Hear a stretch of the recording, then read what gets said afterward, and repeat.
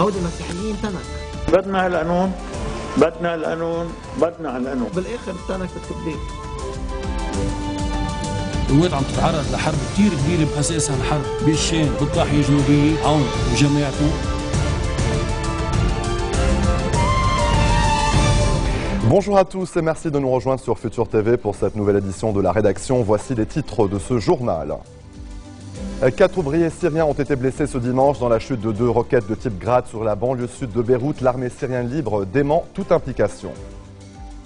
Saad Hariri condamne les tirs de roquettes sur la région de Shia. L'ancien Premier ministre qualifie l'incident d'acte terroriste et criminel qui a visé une région habitée. Le Koweït appelle ses ressortissants à quitter immédiatement le Liban. Les combats à Tripoli entre les quartiers rivaux de Jabal Morsen et Bab el-Tebene se poursuivent. Un homme de 65 ans a été tué ce dimanche, portant à 31 morts, le bilan d'une semaine de combat. Et à suivre également dans ce journal, la Syrie participera à la conférence de paix Genève 2. C'est Walid Moallem qui l'a affirmé ce matin. Le ministre syrien des Affaires étrangères s'exprimait lors d'une conférence de presse à Bagdad. Bienvenue dans ce journal, édition spéciale. Je vous disais en titre, 4 personnes, des ouvriers syriens, ont été blessés ce dimanche matin dans la chute de 2 roquettes de type Grad sur la banlieue sud de Beyrouth. L'une a atteint le parc d'un vendeur de voitures. 4 personnes ont été blessées, je le disais, et des véhicules ont été endommagés. La deuxième a touché un appartement et a causé des dégâts matériels importants sans faire de victimes. Selon une source de sécurité, les 2 engins ont été tirés depuis la région de Haïtat, dans la montagne, à 13 km au sud-est de la banlieue sud. Le ministre sortant de l'Intérieur, Marwan Charbel, s'est immédiatement rendu sur les lieux où il a dénoncé un acte de sabotage visant à créer la zizanie. Cette attaque intervient au lendemain d'un discours du chef du Hezbollah, Hassan Nasrallah, qui a promis à ses partisans la victoire dans la guerre en Syrie, où son mouvement combat les rebelles aux côtés de l'armée syrienne.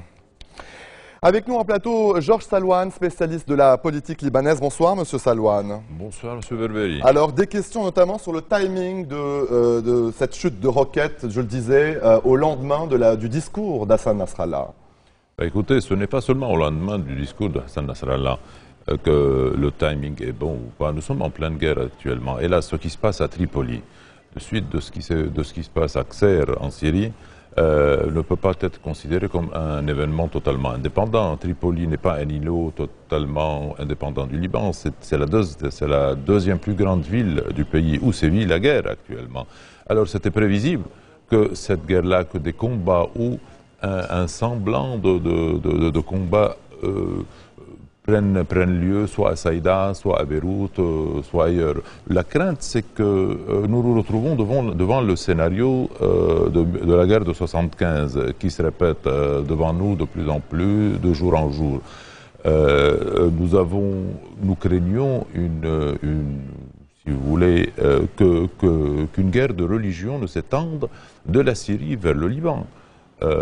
Parce que ce que fait le Hezbollah en Syrie, c'est une guerre, il entame des combats, une guerre existentielle pour lui.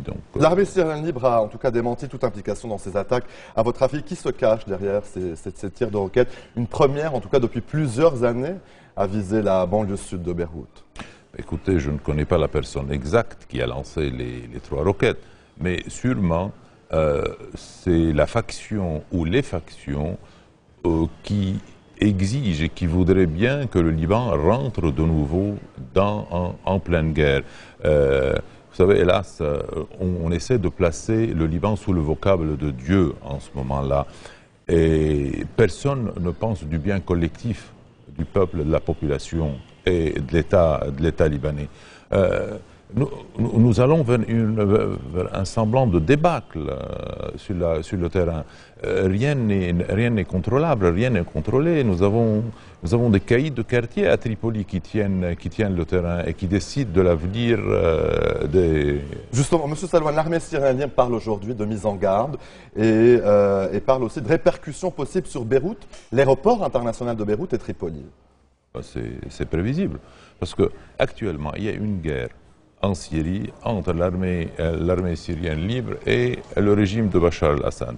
Le Hezbollah, hélas, a pris parti du régime de Bachar al-Assad. Actuellement, il combat à côté du régime du président Assad lui-même.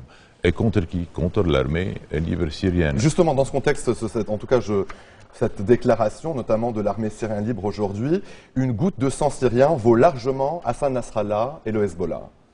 Écoutez, pour moi, les conséquences de ce qui se passe, c'est, je crains pour, non pas une goutte de sang syrienne seulement, mais je crains pour un flot de sang libanais, si la guerre reprend, et si la guerre de religion, éventuellement, reprend ou s'étend au Liban comme elle a lieu actuellement, presque en Syrie même. Une réaction aujourd'hui du député du Hezbollah, Ali Ammar, qui dit que son parti va faire face à la discorde et tient toujours à l'unité nationale. Est-ce que vous pensez que, en tout cas, c'est un discours qui peut calmer les tensions ? Vous savez, nous assistons en ce moment-là, au niveau des discours des politiciens, à un genre de talk-show. Et là, c'est des talk-shows qui sont vides de toute essence.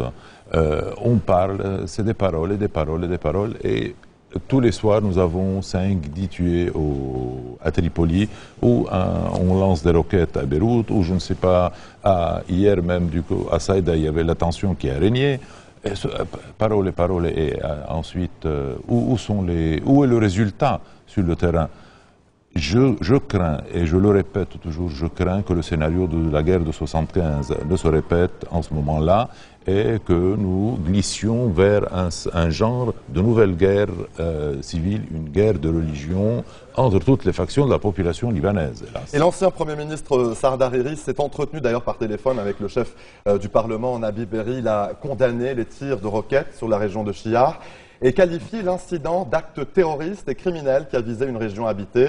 Hariri a par ailleurs mis en garde contre les dangers des appels à la participation dans les conflits régionaux, en allusion implicite aux positions du secrétaire général du Hezbollah, Hassan Nasrallah, à l'égard de la crise syrienne.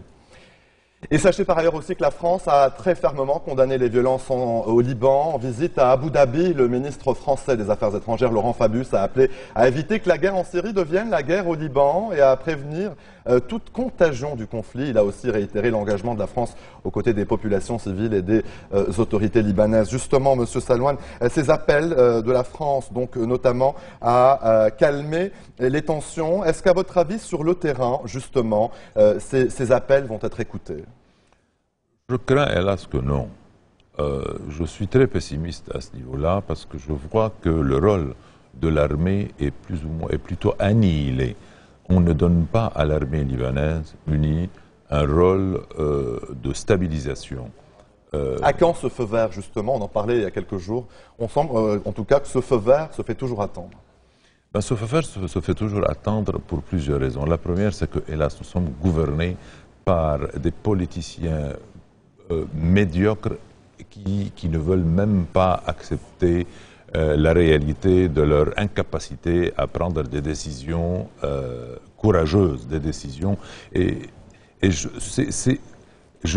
crains toujours que cette même caste de politiciens ne répète le même scénario que de leurs prédécesseurs en 1975. Et si on se souvient bien, vous n'étiez pas encore né peut-être, mais en 1975, la première chose qui a été faite, qui a été décidée, c'est l'annihilation totale du rôle de l'armée. Alors l'armée n'a pas pu jouer son rôle de stabilisation. L'armée qui est d'ailleurs largement déployée à Tripoli, où, il faut le mentionner, aujourd'hui les combats à Tripoli entre les quartiers rivaux de Bab el-Tebene et de Jabal Morsen se poursuivent. Un homme de 65 ans a été tué ce dimanche, portant à 31 morts le bilan d'une semaine de combats qui ont également fait plus de 200 blessés. Des roquettes RPG, des mortiers, des obus et armes automatiques sont utilisés dans les accrochages qui ont débuté, donc, je disais, dimanche dernier. Monsieur Salouane, restez des nôtres. On va marquer une pause, on se retrouve tout de suite après. À tout de suite.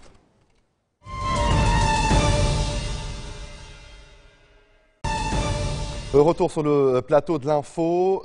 Passons au dossier syrien, Monsieur Salouane. La Syrie qui participera à la conférence de paix Genève 2. C'est Walid Moallem qui l'a affirmé ce matin. Le ministre syrien des Affaires étrangères s'exprimait lors d'une conférence de presse à Bagdad où il s'est entretenu avec les dirigeants irakiens. Moallem a indiqué que la conférence internationale sera une bonne occasion de trouver une solution politique à la crise en Syrie. Monsieur Salouane, donc justement, est-ce possible encore une solution politique à la crise. Est-ce qu'à votre avis, des dirigeants de l'opposition vont accepter de s'asseoir côte à côte avec les représentants du régime? Vous savez, je crains que ce soit encore tôt pour une solution diplomatique en Syrie, parce que si ma mémoire est bonne, la guerre du Liban a duré 18 ans, 200 000 morts et des milliards de dollars de pertes et de manque à gagner. Eh bien, écoutez, la guerre de Syrie et la bataille de Damas ne font que commencer, hélas. Et Qusair, actuellement, la bataille de Qusair est un prélude à la bataille de Damas. On n'a pas encore pu rendre le régime du président Bachar al-Assad et le président Bachar al-Assad lui-même au rôle de chef de guerre.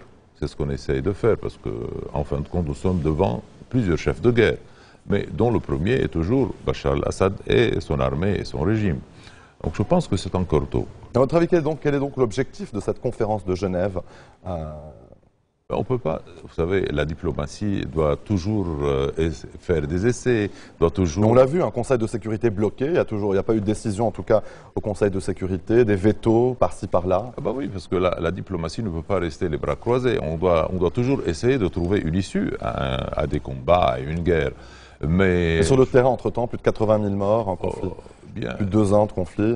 Ben c'est sûr, vous voyez, ça prend son ampleur, de plus en plus ça prend de l'ampleur. Et ma crainte, c'est que... Et comment mobiliser justement cette opinion publique internationale aussi, quand on voit que les dirigeants occidentaux n'arrivent pas à s'accorder sur la question syrienne? Ils ne vont s'accorder à une solution en Syrie que lorsque les deux grandes puissances, d'un côté les États-Unis et derrière l'Europe, de l'autre côté la Russie avec la Chine et les autres États du BRICS, de se mettre d'accord sur le partage de cette région, sur la présence. Vous savez, le tsar de Russie actuellement, le président Poutine, voudrait avoir une présence dans les eaux chaudes de la Méditerranée, ce qui n'arrange pas beaucoup les Américains. Ça c'est un point. Un autre point, c'est celui des ressources, des grandes ressources pétrolières et d'hydrocarbures dans la région. Justement, M. Salouane, face à cette communauté internationale divisée, une opposition syrienne également divisée et qui est toujours réunie à Istanbul, et l'opposition n'arrive toujours pas à se mettre d'accord sur sa participation à Genève 2. La réunion devait durer 3 jours, elle se prolongera finalement ce dimanche.